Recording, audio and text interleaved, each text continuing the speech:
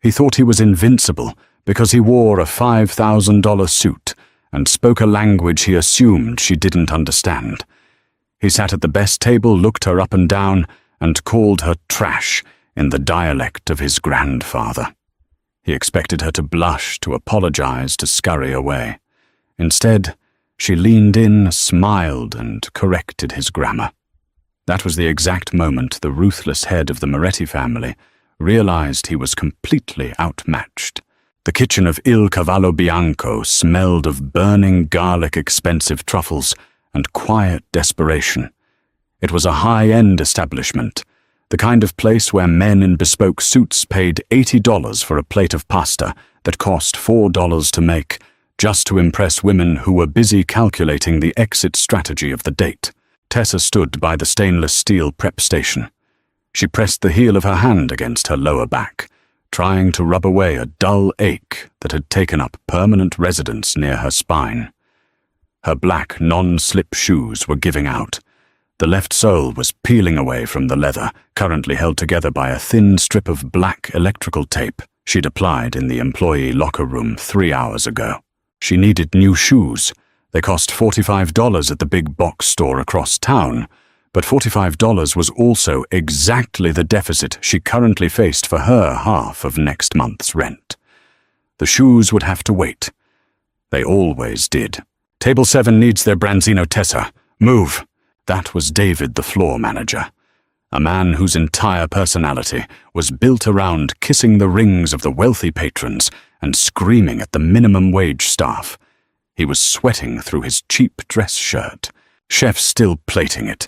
David, Tessa said. Her voice was flat. She didn't have the energy for inflection. It was hour 8 of a 10-hour double shift.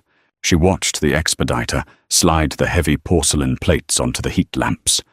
She grabbed a tray, balanced the scalding dishes on her forearm, and pushed through the swinging doors into the dining room. The transition from the kitchen to the floor was always jarring. It was a physical wall you hit. The kitchen was loud, bright hot, and frantic, full of curses in Spanish and English. The dining room was dim, cool, and suffocatingly quiet. Soft jazz played over hidden speakers. Crystal wine glasses clinked. The air conditioning was cranked so high it made the sweat on the back of Tessa's neck turn to ice. She walked over to table 7. She served from the left, cleared from the right. She poured the Pellegrino.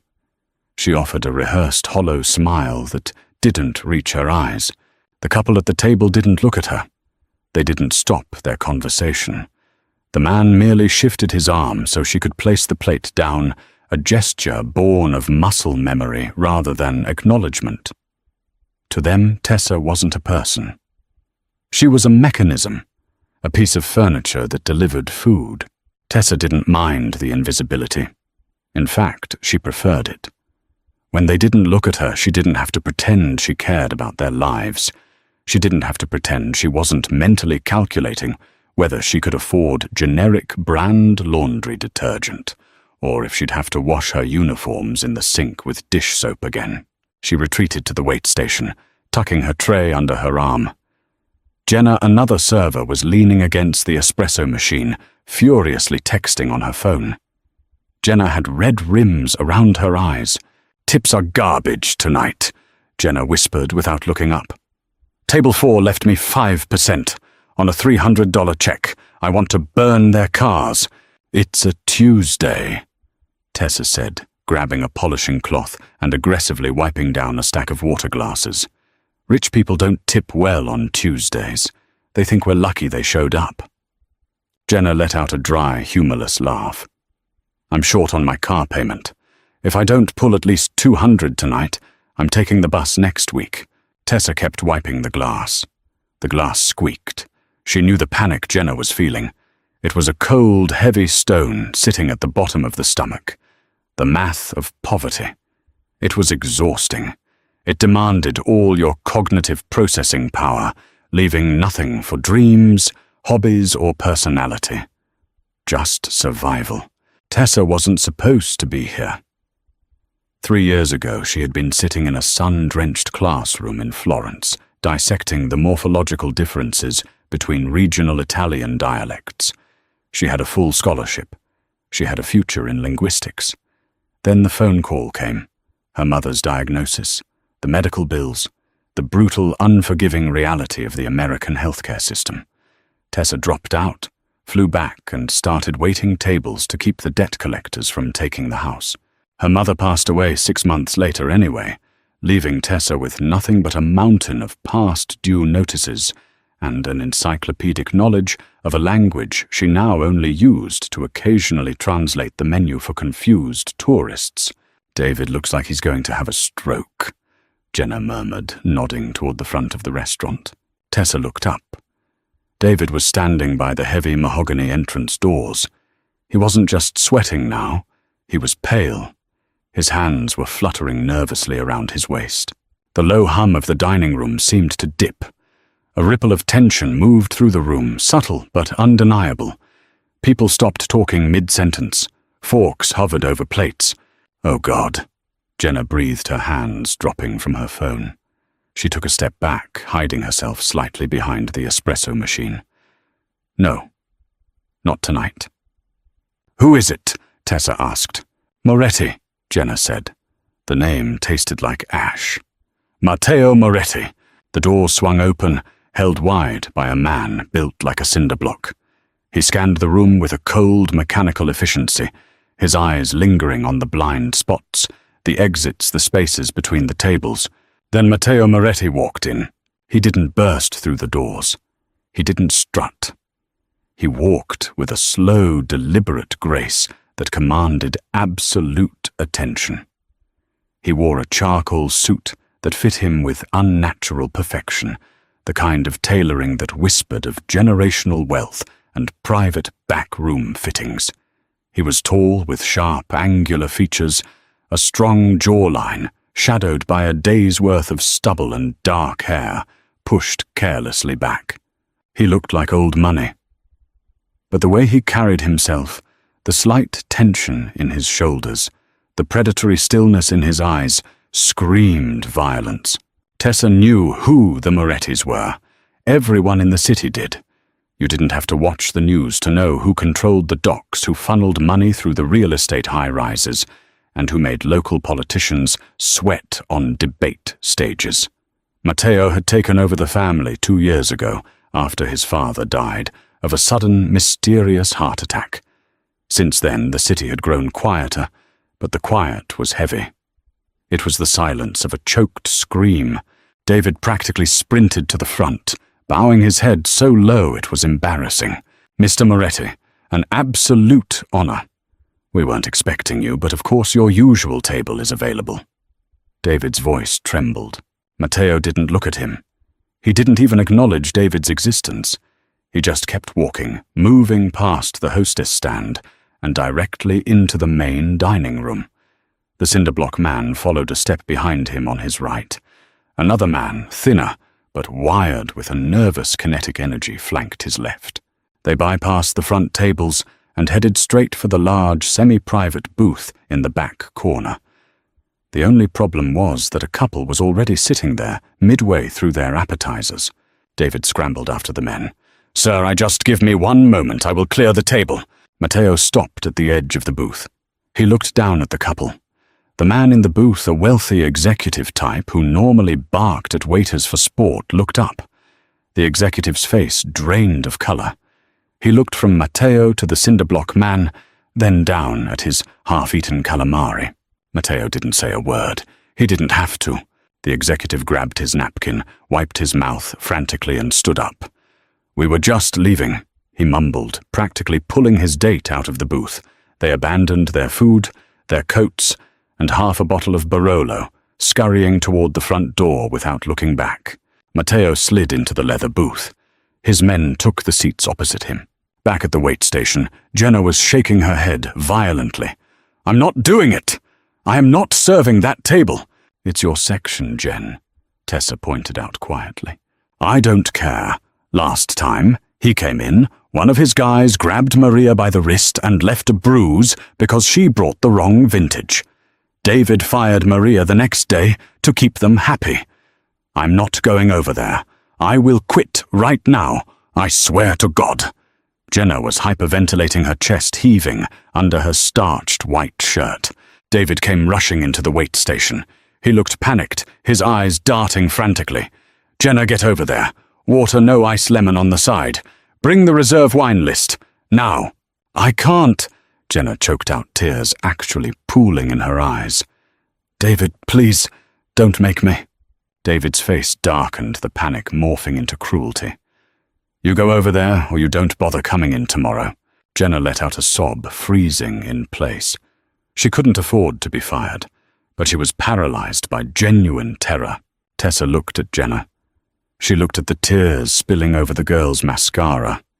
Then she looked down at her own taped-up shoe. The rent was due. The electricity bill had a final notice printed on pink paper sitting on her kitchen counter. Rich, dangerous men who cleared tables with a look were exactly the kind of men who threw $100 bills down without looking at the total. "I'll take it," Tessa said. David stopped. He looked at Tessa.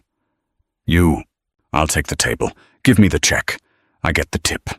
David didn't care who took the table as long as the men got served and didn't burn the restaurant to the ground. "Fine. Fix your apron. Go. Do not look him in the eye unless he addresses you.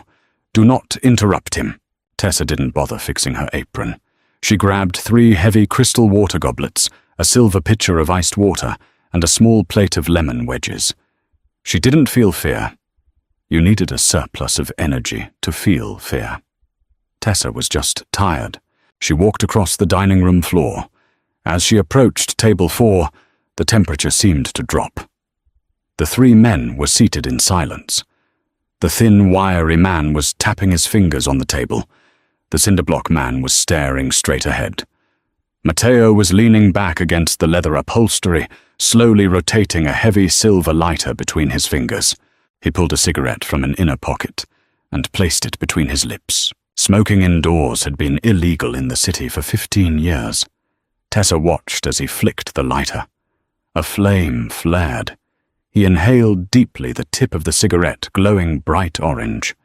He blew a stream of pale blue smoke directly up toward the expensive chandelier.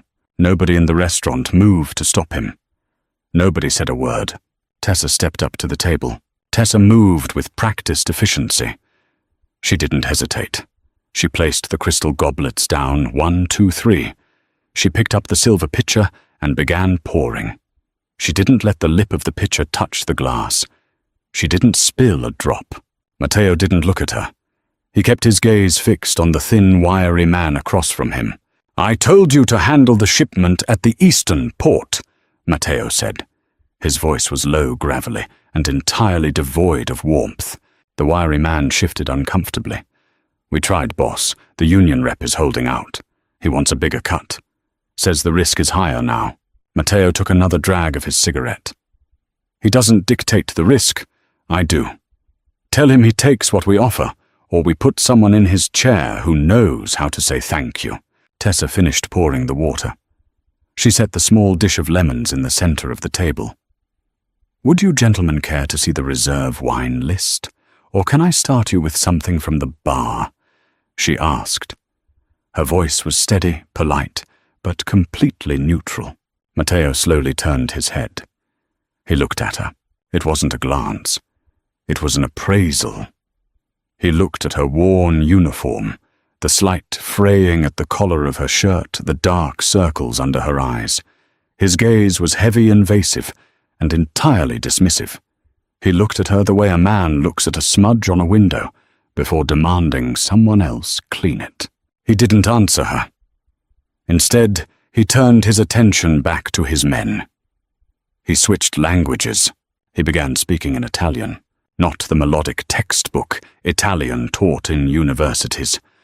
It was a harsh, clipped regional dialect, Neapolitan, laced with street slang and heavy vowels. He assumed he was surrounded by a wall of impenetrable sound. He assumed the tired, pale waitstaff in this overpriced American restaurant only knew how to say grazie and prego. "Guarda questa," Matteo said, gesturing vaguely in Tessa's direction without looking at her. "Look at this one." The wiry man snickered. The cinder-block man remained stoic. Tessa stood perfectly still. Her face remained a mask of professional courtesy. Sembra che non dorma da un mese. Probabilmente troppo stupida per trovare un lavoro vero. Matteo continued taking a drag of his cigarette. Looks like she hasn't slept in a month. Probably too stupid to find a real job. Tessa's grip on the silver water pitcher tightened just a fraction. The metal dug into her palm. She breathed in the smell of his cigarette smoke, mixed with expensive cologne. Portami del cibo vero, non questa merda nel menù. Matteo ordered his men, waving his hand over the leather-bound menu on the table. Bring me real food, not this shit on the menu. Then he looked directly at Tessa.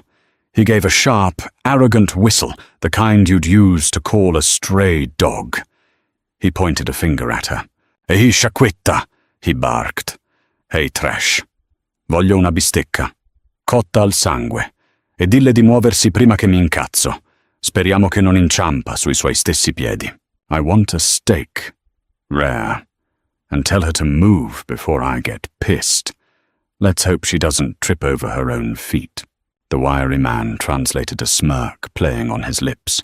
The boss wants a steak, rare, not the garbage on your menu. A real cut, and bring it fast. Tessa didn't acknowledge the wiry man.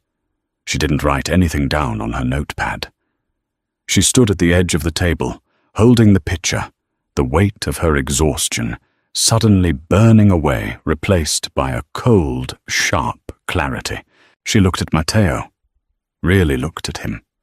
She saw the expensive suit, the custom watch, the absolute certainty of his own superiority. She hated men like him, men who broke the world and made people like her sweep up the glass. Tessa set the heavy silver water pitcher down on the table. It made a solid, echoing thud over the wood. The wiry man flinched. Matteo's eyes narrowed slightly. Tessa looked dead into Matteo's dark eyes. She didn't break contact. She let a slow, perfectly polite smile spread across her face. Sciacquetta è un termine un po' datato, non trova? Tessa said. The silence that fell over the table was absolute. It wasn't just quiet. It was a sudden vacuum of sound. The wiry man's mouth dropped open. The cinder-block man shifted his massive weight, his hand instinctively dropping toward his jacket. Matteo froze. The cigarette halted halfway to his lips. Tessa's voice was smooth, resonant, and dripping with flawless aristocratic Florentine diction, the kind of Italian spoken by academics and nobility. It made Matteo's rough street dialect sound like mud next to polished glass. Trash is a somewhat dated term, don't you think? She didn't stop. She kept her eyes locked on his, her smile unwavering, weaponizing the very language he had tried to hide behind. Inoltre, Tessa continued her tone conversational, but sharp as a scalpel. Se vuole insultarmi correttamente, usando la grammatica adeguata, dovrebbe usare il congiuntivo per esprimere speranza o dubbio. Non è speriamo che non inciampa, è speriamo che non inciampi. Furthermore, if you want to insult me correctly, using proper grammar, you should use the subjunctive mood to express hope or doubt. It is not, let's hope she doesn't trip. It is, let's hope she doesn't trip. Inciampi, subjunctive. The wiry man let out a choked, terrified noise at the back of his throat. He looked at Matteo as if waiting for the room to explode. Matteo slowly lowered his cigarette. He placed it carefully into the crystal ashtray. His eyes, which moments before had been bored and dead, were now entirely focused on her. They were dark, dangerous, and suddenly blazing with a shocking intensity. Tessa picked up her water pitcher. She smoothed her apron with her free hand. Una bistecca al sangue. Subito, signore, she concluded smoothly. A rare steak. Right away, sir. And just so you know, our shit menu features a prime, dry-aged ribeye that will likely be the best thing you put in your mouth all year. I'll put the order in. She didn't wait to be dismissed. She turned on her taped-up heel and walked away.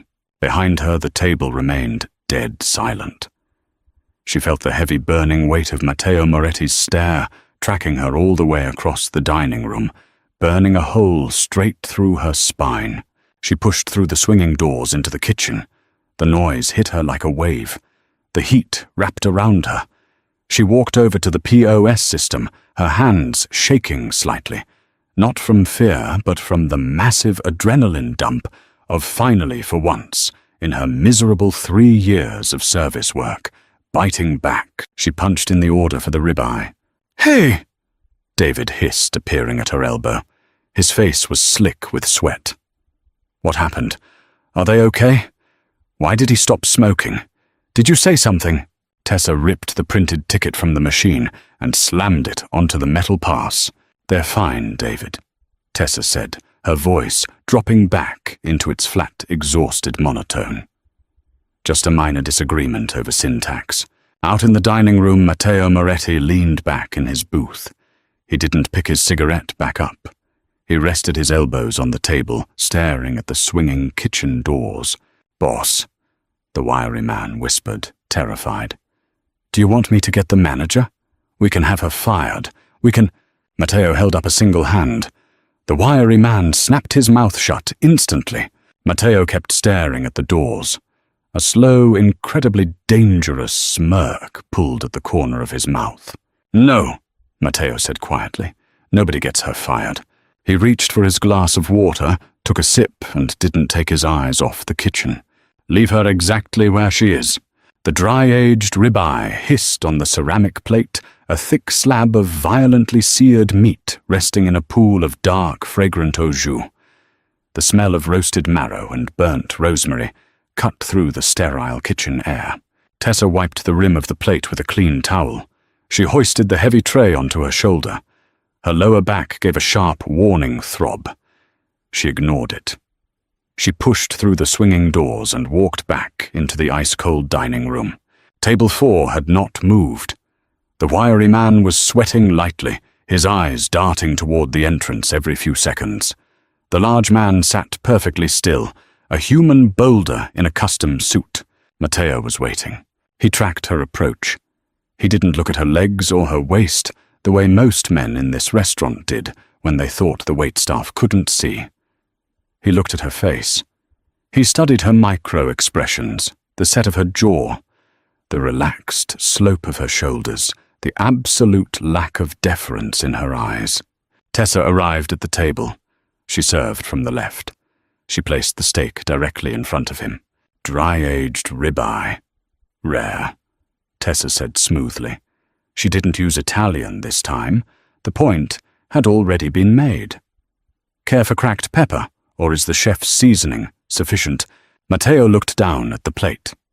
The crust was charred dark brown, the center a deep bloody red. It was exactly what he had demanded. He picked up his steak knife. He didn't look at her when he spoke. "Your accent," Matteo said. His English was flawless. It lacked the heavy guttural weight of his Italian, replaced instead by a smooth baritone rhythm. "It's Florentine, but your cadence is too sharp. You didn't grow up there. You learned it in a classroom." Tessa paused.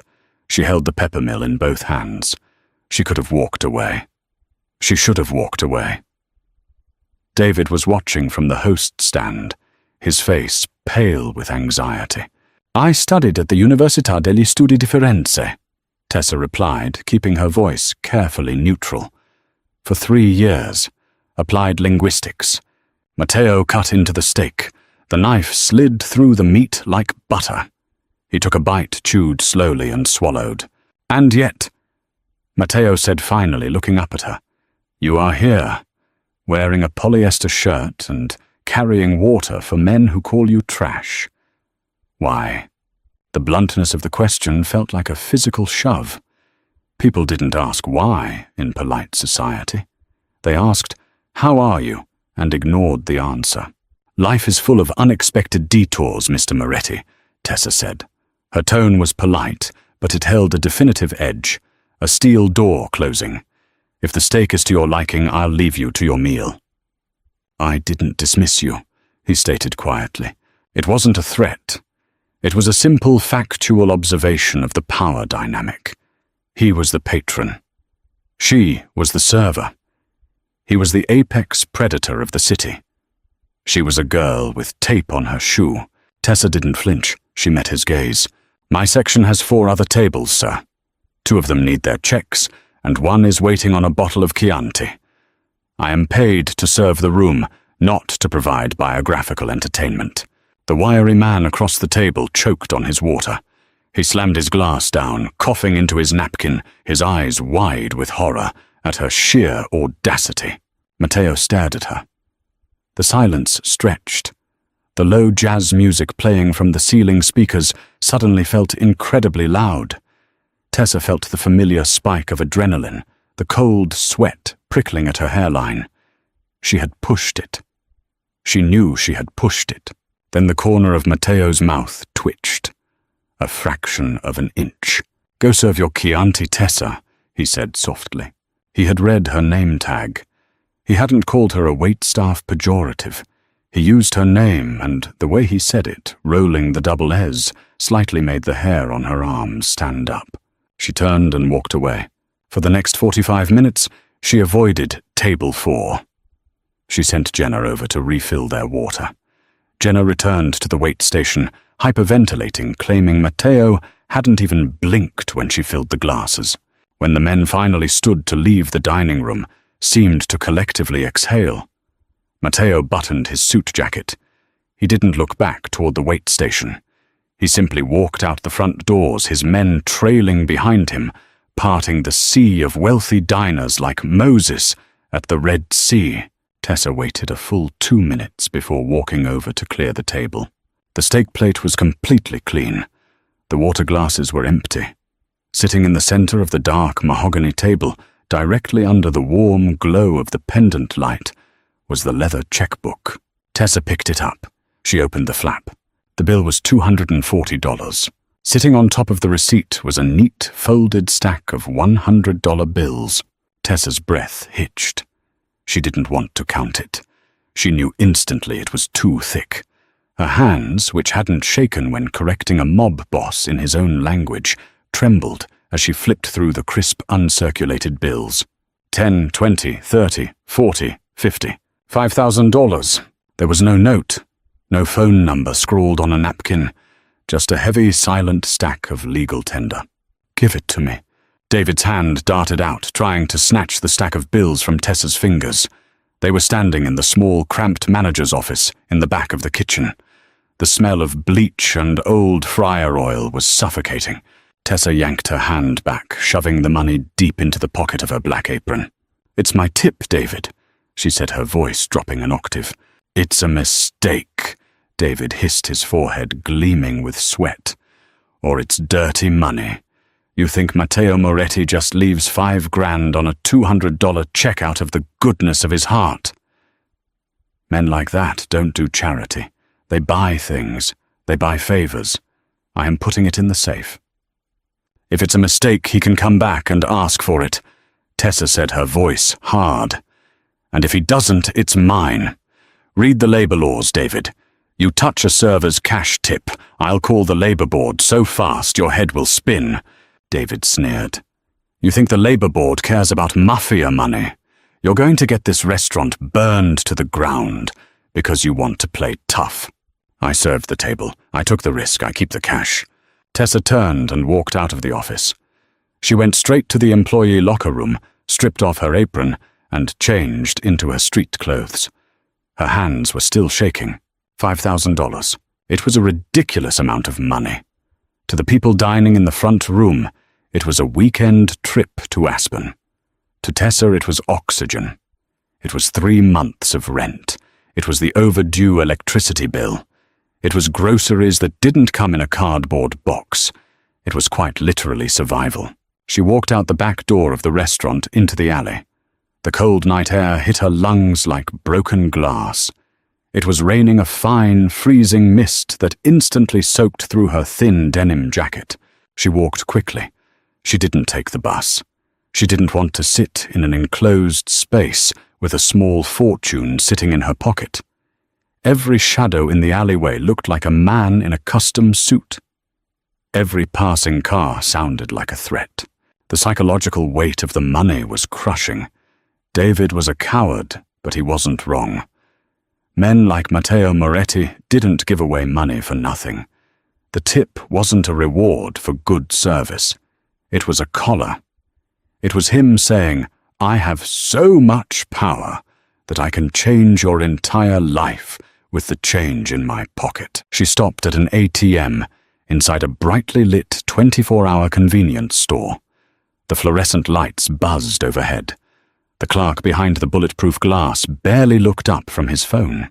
Tessa fed the bills into the machine. One by one. The machine whirred and clicked, swallowing the crisp hundreds. With every bill accepted, the heavy stone in her chest lightened just a fraction. New balance, $5,012.45. She stared at the screen. She hadn't seen a comma in her bank account since before her mother got sick. A hot, unexpected tear tracked down her cold cheek. She wiped it away viciously. The next morning before her shift, Tessa went to the big box store. She walked down the sterile, brightly lit aisles. She found the shoe department. She picked up a pair of black, non-slip work shoes. $45. They were ugly heavy and purely functional. She didn't look at the price tag with a sense of dread. She just put them in her basket. She threw her old shoes in a public trash can outside the store. The electrical tape had finally given out entirely. When she walked into Il Cavallo Bianco that afternoon, her feet didn't ache. The new rubber soles squeaked sharply against the tiled floor of the kitchen. David glared at her from across the pass, but said nothing. Jenna looked at her with a mixture of awe and terror. "Did he really leave $5,000? Jenna whispered, as they rolled silverware in the back station. "Yes," Tessa said flatly. "Are you going to keep it?" "It's already spent." Jenna stared at her. "Tessa, you're insane. He's going to come back." "Let him," Tessa said, snapping a paper band around a bundle of forks. "What's he going to do? Ask for a refund?" But deep down, beneath the bravado and the comfort of her new shoes, Tessa knew Jenna was right. Matteo Moretti wasn't a man who walked away from a puzzle he hadn't solved. He made her wait 4 days. It was a Friday night. The restaurant was completely slammed. A chaotic symphony of clinking silverware, raised voices, and the frantic ringing of the kitchen bell. Tessa was running 3 large tables at once, balancing a tray of dirty martini glasses, while mentally calculating the cook time on a sea bass. She turned the corner near the host stand and stopped dead. He was sitting at a small 2-top table near the window. Table 12, her section. He didn't have the cinder block man with him. The wiry man was nowhere to be seen. Matteo was alone. He was wearing a dark navy suit tonight, no tie, the top 2 buttons of his crisp white shirt undone. He looked less like a Mafia boss, holding court, and more like a wealthy, bored insomniac. David was hovering near the table, wringing his hands.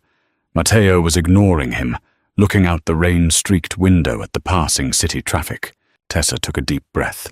She adjusted her tray, dropped the dirty glasses at the bar, and walked over to table 12. The squeak of her new rubber shoes announced her arrival. Matteo turned his head. His dark eyes flicked downward, resting on her feet for exactly 1 second. He noticed. He noticed the lack of tape. He noticed the new stiff leather. He looked back up at her face. A slow, subtle smirk ghosted across his lips. "Good evening, Mr. Moretti," Tessa said. Her voice was steady. "Just you tonight. Just me. Would you like to see a menu or espresso?" Matteo interrupted smoothly. "Black. And whatever dessert the chef hasn't ruined. Tiramisu. It's passable," Tessa said. "Bring it." She walked to the espresso machine. Jenna was hiding by the dish pit, shaking her head. Tessa ignored her. She pulled a perfect shot of espresso, the dark crema, rich and thick. She plated a square of tiramisu, dusting it with bitter cocoa powder. When she returned to the table, Matteo had placed a sleek black phone face down on the wood. He watched her set the cup and plate down. "Sit," Matteo said. Tessa froze. "Excuse me." "Sit down, Tessa." He gestured to the empty chair across from him. "I'm working. I have tables." Matteo didn't raise his voice. He didn't have to. "I bought your time on Tuesday. $5,000 covers a 15-minute coffee break. Sit." The logic was infuriatingly sound, wrapped in a layer of absolute arrogance. Tessa looked around. David was watching from the corner, his eyes wide, furiously nodding at her to do whatever the man wanted. Tessa pulled out the heavy wooden chair and sat down. She kept her posture perfectly straight, her hands folded in her lap. Matteo took a sip of his espresso. He didn't break eye contact. "My grandfather came from Naples." Matteo began, his voice low, conversational. "He came here with nothing. He built an empire. He spoke that dialect you corrected me on. It was the language of the docks of the street. It was the language of survival. It's a beautiful dialect," Tessa said quietly. "Rich in history, but your conjugation was still wrong." Matteo let out a short, genuine laugh. It was a deep, gravelly sound that completely transformed his face, stripping away the cold predator and revealing something startlingly human. "You don't back down," he observed. "I don't have the luxury of backing down, Mr. Moretti." "Matteo." "Mr. Moretti," Tessa repeated, refusing the familiarity. "You left a ridiculous amount of money on my table. If you expect a thank you, consider this it. If you expect me to act like I owe you something, you're going to be disappointed." Matteo leaned forward. The amusement faded from his eyes, replaced by a sharp, probing intensity. "I don't buy gratitude. It's cheap," he said softly. "I left that money because I wanted to see what you would do with it." "I bought shoes," Tessa said bluntly. Matteo's eyes flicked to the floor again. "I noticed. And the other $4,955, rent, electricity, debt." Matteo studied her. He looked at the dark circles under her eyes that hadn't completely faded the tense set of her jaw. He was a man who spent his life analyzing weaknesses, finding the cracks in people's armor, and exploiting them. "You're drowning," Matteo said. It wasn't a question. It was a diagnosis. "I'm swimming," Tessa corrected fiercely. "I'm just in a very deep pool." "Linguistics," he murmured, changing the subject with whiplash speed. "You went to Florence. You had a scholarship. Then 3 years ago you vanished from the academic registry. You came back to this city and started carrying plates." Tessa's blood ran cold. The ambient noise of the restaurant seemed to fade away. "You investigated me," she whispered. "I am careful," Matteo said simply. "A waitress in a mediocre restaurant speaks flawless high society Italian and doesn't flinch when my men are sitting at the table. Of course I looked into you, Tessa. You have no right. I have the means. Rights are irrelevant." Matteo pushed the tiramisu plate away. He hadn't touched it. "Your mother died. Medical debt." Tessa stood up. The chair scraped loudly against the hardwood floor. Several diners turned to look. She didn't care. The exhaustion that usually weighed her down was entirely burned away by a sudden, blinding flash of pure anger. "My break is over," Tessa said, her voice shaking with suppressed rage. She turned to walk away. Matteo moved with terrifying speed. His hand shot out, his fingers wrapping around her wrist. His grip wasn't bruising, but it was an iron clamp. Unmovable. Tessa gasped, looking down at his large hand locked around her thin wrist. Matteo looked up at her. The air between them crackled with a sudden heavy tension. It was the first time they had touched. His skin was warm, his thumb resting directly over her racing pulse. "Don't run away when I'm speaking to you," Matteo said, his voice dropping to a dangerous, intimate whisper. "Let go of me," Tessa said. She didn't pull away. She just stared at his hand. or I will scream, and David will call the police, and you will have to explain to the city why the great Matteo Moretti is assaulting waitstaff in public." Matteo looked at her defiant face. He felt the frantic bird-like flutter of her pulse beneath his thumb. She was terrified, but she was entirely willing to burn the room down rather than submit. Slowly, deliberately, Matteo opened his fingers. He released her wrist. Tessa immediately stepped back, rubbing her arm, though it didn't hurt. Matteo stood up. He smoothed the lapels of his suit jacket. He looked taller, standing this close to her. Imposing. Entirely in control. "I have a proposition for you, Tessa," Matteo said, quietly stepping into her space, so only she could hear him over the din of the restaurant. "I'm not interested. You haven't heard it yet. I don't care. I don't work for you. I don't want your money. I want you to pay for your coffee and leave." Matteo reached into his inner pocket. Tessa tensed, bracing herself. Instead of a weapon, he pulled out a crisp white business card. He placed it on the table next to the empty espresso cup. "I do business with men who speak Russian, Mandarin, and Sicilian," Matteo said. "I need an interpreter. Someone who understands nuance. Someone who isn't afraid of the men in the room. Someone who corrects the grammar of a threat." Tessa stared at the card. It was embossed with a single M. "I'm a waitress." "You're a linguist who was forced to be a waitress," Matteo corrected.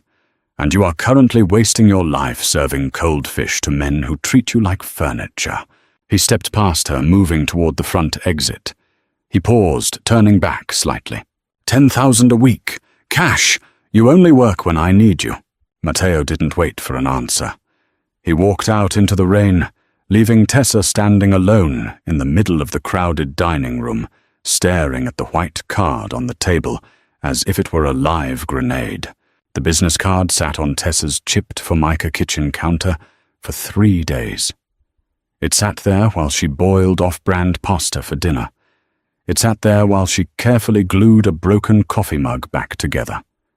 It sat there while she opened a letter from a debt collection agency, the red ink glaring at her under the flickering fluorescent kitchen light. $10,000 a week. It was a trap. She knew exactly how men like Matteo operated. They didn't hire employees, they acquired assets. They bought your loyalty, your silence, and eventually your soul.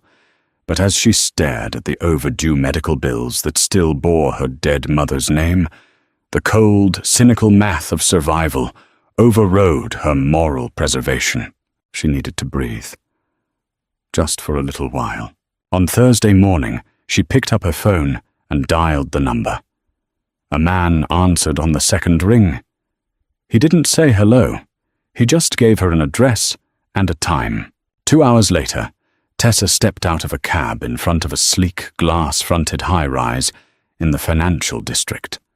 It wasn't a smoky back room or a dimly lit warehouse. It was corporate terrain, the kind of place where billions of dollars moved invisibly through the air. Frank, the cinderblock man from the restaurant, was waiting for her in the marble lobby. He didn't smile. He just nodded and pressed his thumb to the biometric scanner on the private elevator. 42nd floor, Frank said, his voice sounding like rocks grinding in a cement mixer. "Boss says you listen first. Speak only when he tells you to." Tessa nodded. Her mouth was dry. She was wearing her best clothes, a simple black turtleneck and a grey wool skirt, but she felt entirely exposed. The elevator doors parted, revealing a sprawling, minimalist boardroom. Floor-to-ceiling windows offered a dizzying view of the city skyline. A heavy oak table dominated the space. Matteo sat at the head of the table. He wore a grey suit today, his posture relaxed but commanding. Across from him sat 3 men. They were older, impeccably dressed, radiating the smug, untouchable aura of European generational wealth. Matteo glanced at Tessa as she entered. He didn't smile, but a subtle shift in his shoulders betrayed a fraction of tension leaving his body. He gestured to the empty leather chair to his right. Tessa walked over and sat down. The chair was absurdly comfortable. "Gentlemen," Matteo said, switching to English. "This is my associate. She will be assisting us today." The man in the center across the table, a silver-haired man with a deeply lined face and a bespoke silk tie, looked at Tessa with open amusement. An associate, the silver-haired man said, his accent heavily steeped in the Swiss-Italian borderlands of Ticino. "Matteo, we are discussing the restructuring of 70 million euros through Geneva. We do not need a secretary taking notes." "She isn't a secretary, Rossi," Matteo replied smoothly. "She is here to ensure our mutual understanding is perfectly clear. Proceed." The men from Ticino exchanged a look. Then they switched completely to their native dialect. It was a rapid, clipped variation of Lombard Italian, laced with obscure financial terminology and regional slang designed specifically to keep outsiders in the dark. For the next 20 minutes, Tessa sat perfectly still. She listened. The Swiss bankers spoke of interest rates, offshore routing, and a newly proposed administrative fee for handling Matteo's incoming shipments through their holding companies. Matteo's current interpreter, a nervous-looking man sitting at the far end of the table, was sweating. He was translating the broad strokes into English for Matteo. "They say the routing requires a new 7% holding fee due to increased federal scrutiny in the banking sector," the nervous interpreter stammered. Rossi smiled, a thin reptilian stretching of his lips. He leaned back, sipping sparkling water. Matteo tapped a gold pen against the table. He looked at Tessa. "Tessa," Matteo said quietly. "Is that what they said?" Tessa looked at the nervous interpreter. He was translating the words literally, but he was entirely missing the syntax of the deception. She turned her gaze to Rossi. "No," Tessa said, her voice clear and carrying effortlessly across the large room. Rossi's smile vanished. The other two bankers stiffened.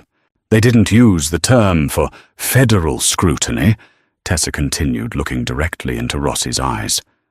"The specific Lombard slang they used translates closer to internal hemorrhage. They aren't worried about the government, Matteo. They are bleeding capital from a bad investment somewhere else. The 7% isn't an administrative fee to protect your money. It's a tax to plug a hole in their own sinking ship." Dead silence fell over the boardroom. The nervous interpreter paled. Rossi slammed his water glass down onto the table. "Come si ragazzina stupida," Rossi snarled, abandoning the polite facade. "How dare you, stupid girl? You know nothing of our operations." Tessa didn't flinch. The adrenaline that usually terrified her was suddenly cold and focusing. She leaned forward, resting her forearms on the heavy oak table. "Ho sentito le pause nel suo discorso," Tessa replied, her Florentine Italian cutting through the room like a perfectly sharpened blade. "I heard the pauses in your speech. Usa il condizionale quando parla di garanzie, ma l'imperativo quando parla delle commissioni di Matteo. Non è una negoziazione, è un'estorsione travestita da favore. You use the conditional tense when speaking of guarantees, but the imperative when speaking of Matteo's fees. It is not a negotiation. It is extortion disguised as a favor." Rossi's face mottled with rage. He looked at Matteo, pointing a trembling finger at Tessa. "You bring this arrogant child to insult me. We manage your family's money. We wash the blood off your hands." Matteo didn't look at Rossi. He didn't even blink. He kept his eyes entirely on Tessa. A dark, visceral hunger flashed in his gaze, a deep, profound satisfaction at watching her dismantle a room full of powerful men with nothing but grammar and intellect. Matteo slowly stood up. He buttoned his suit jacket. "The deal is dead," Matteo said, his voice dropping to a dangerous register. Rossi panicked. "Matteo, be reasonable. We can negotiate the percentage." "I don't negotiate with men who steal from me and smile while they do it," Matteo interrupted. He looked down at the three bankers. "You have until the end of the month to transfer all my existing capital out of Geneva and into the accounts my associate will provide you. If you are short by a single euro, I won't send lawyers to Switzerland. I will send Frank. Frank, standing by the door, offered a terrifyingly blank smile. The bankers scrambled up, gathering their briefcases with shaking hands. They didn't say another word as they hurried out of the boardroom, the heavy oak doors clicking shut behind them. The silence rushed back in. Tessa exhaled. Her hands were shaking. She hid them under the table. She had just blown up a multi-million-dollar money-laundering pipeline for the biggest crime syndicate in the city. Matteo walked around the table. He stopped right beside her chair. He looked down at her. "Internal hemorrhage," Matteo murmured. "It was in the prefix they used," Tessa said, keeping her eyes fixed on the grain of the wood. A subtle modification, usually meant to imply a domestic dispute or a family failing. They were covering their own losses. Matteo reached out. His hand hesitated for a fraction of a second before his knuckles gently brushed against the side of her face, tucking a loose strand of hair behind her ear. The touch was agonizingly soft, a shocking contrast to the violence he commanded. "You just saved me $3 million, Tessa." She looked up at him. "Do I get a commission?" Matteo laughed. It was that genuine gravelly sound again. $10,000 a week, not a penny more. I have a budget to maintain. Then I expect a very good lunch, she said. Done. It was raining again. The city seemed perpetually soaked in it. Tessa sat in the passenger seat of Matteo's armored SUV. The heavy bullet-resistant glass warped the streetlights into blurred streaks of neon yellow and red. The interior smelled of rich leather and the faint, lingering scent of Matteo's aftershave. He was driving. No chauffeur. Just the two of them, insulated from the cold, wet world outside. It had been 4 weeks since the boardroom. 4 weeks of private meetings, translating decrypted emails and listening to audio intercepts. She was making more money in a week than she used to make in 6 months at the restaurant. Her rent was paid a year in advance. The medical debts were gone. Yet she hadn't quit Il Cavallo Bianco. She still worked 3 shifts a week. Matteo pulled up to a red light. The windshield wipers beat a steady, hypnotic rhythm. "Why do you still go there?" Matteo asked quietly. He didn't look at her. He watched the intersection. "You don't need the money. You don't need the abuse from that sweating manager." Tessa leaned her head against the cool glass. "It keeps me grounded. It keeps you exhausted. It reminds me of what happens if I rely entirely on someone else," she corrected softly. "If I quit, if I let you pay for everything, then I belong to you. I become a dependent variable in your life. I've spent 3 years being entirely at the mercy of landlords, managers, and debt collectors. I won't do it again." Matteo's jaw tightened. The light turned green. He accelerated smoothly. "You think I view you the same way a landlord does? I think you are a man used to owning everything you touch," Tessa said brutally. She turned to look at his profile. The sharp lines of his face were illuminated by the dashboard console. "You bought my time. I gave you my expertise. It's a transaction. I need to keep it a transaction, Matteo." He pulled the heavy vehicle over to the curb a block away from her apartment building. He put it in park, but left the engine running. He unbuckled his seatbelt and turned fully toward her. The space between them in the dark cabin suddenly felt suffocatingly small. If this were just a transaction, Matteo said, his voice a low rumble in his chest, "I wouldn't be driving you home. I wouldn't care that you tape your shoes. I wouldn't have spent the last 4 weeks finding excuses to keep you in my office long after the translations were done." Tessa's breath hitched. She stared into his dark eyes. There was no mockery there, no cold calculation, just a heavy, exhausting vulnerability that mirrored her own. "Matteo, you aren't a piece of furniture." "Tessa," he said softly, repeating the unspoken truth of her life as a waitress. "You are the smartest person in any room you walk into. You look at me and you don't see the money. You don't see the fear. You just see a man with terrible grammar." A small broken laugh escaped her throat.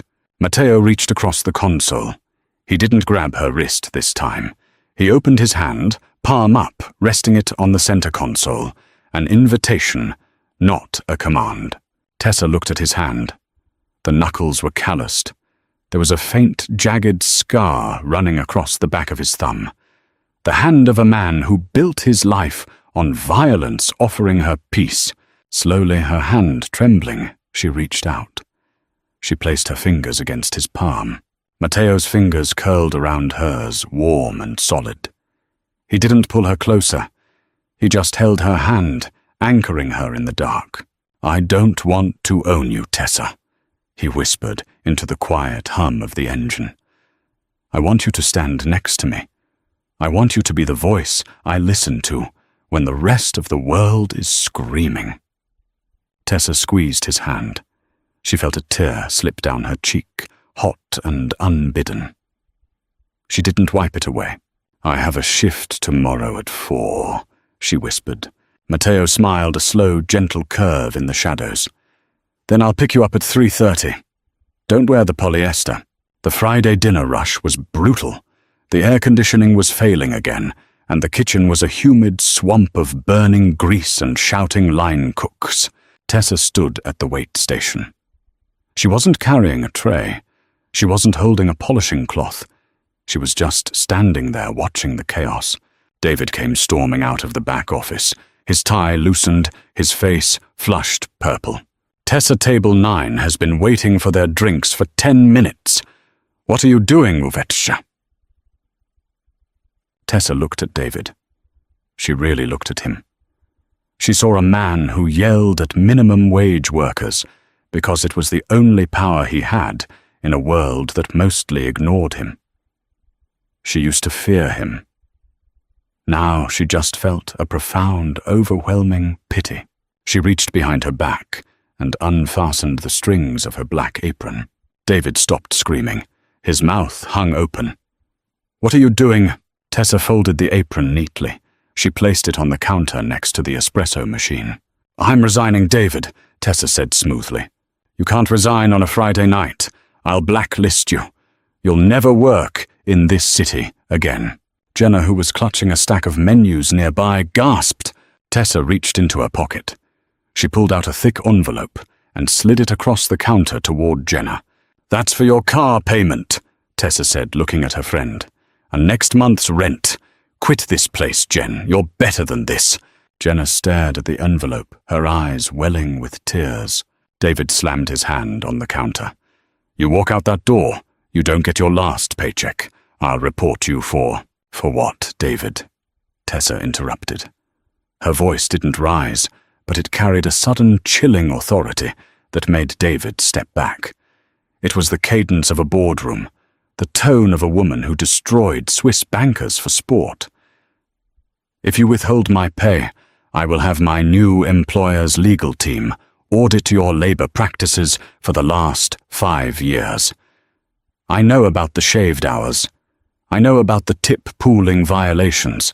Give me my check or lose the restaurant." "Your choice." David blanched.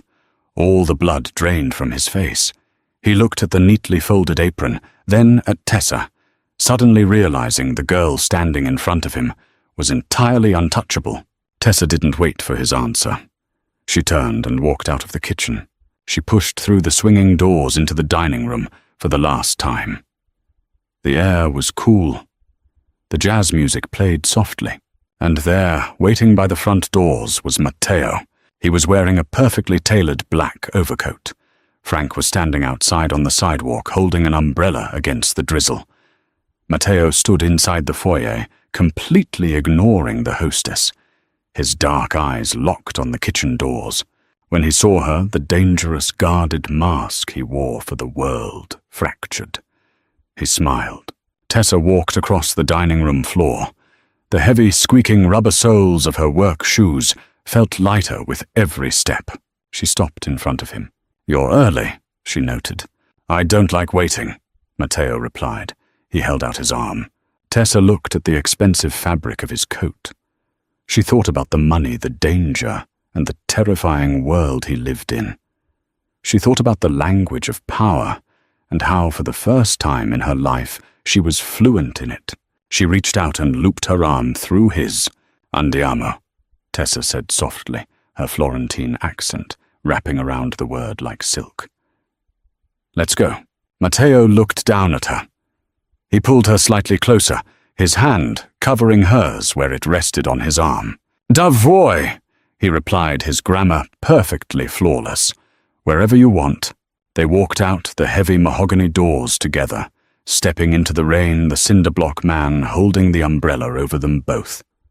The restaurant hummed on behind them, full of wealthy people who had no idea they had just watched the most powerful man in the city surrender entirely to the girl who used to pour their water. From a taped-up shoe to taking down international bankers, Tessa proved that true power isn't about how loud you yell, but how well you understand the game. She didn't just survive Matteo's dark world. She corrected its grammar and claimed her place right beside him. If you loved this intensely grounded, zero-cliché Mafia romance, where the brilliant waitress actually puts the billionaire boss in his place, you have to hit that like button. Share this story with someone who loves a truly fierce female lead. And don't forget to subscribe for more incredible audio dramas. See you next time.